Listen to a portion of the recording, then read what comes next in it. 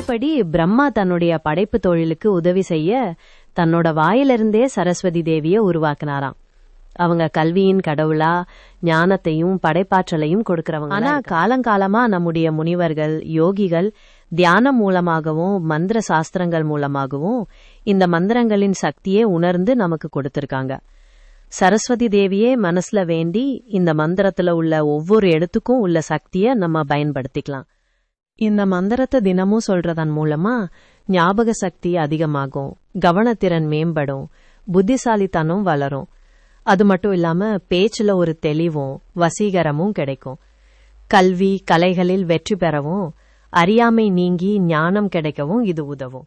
இந்த மந்திரத்தை தினமும் சொல்றதன் மூலமா உங்க படைப்பாற்றல் திறன் அதிகமாகும், புதிய விஷயங்களை கத்துக்கிறது எளிதாகும், தன்னம்பிக்கை வளரும், தேர்வுகளில் வெற்றி பெறவும், மேடை பேச்சில் திறமை காட்டவும் இது உதவும். பிடிச்சிருந்தா மறக்காம லைக் பண்ணி உங்க கருத்துக்களை கமெண்ட்ல சொல்லுங்க.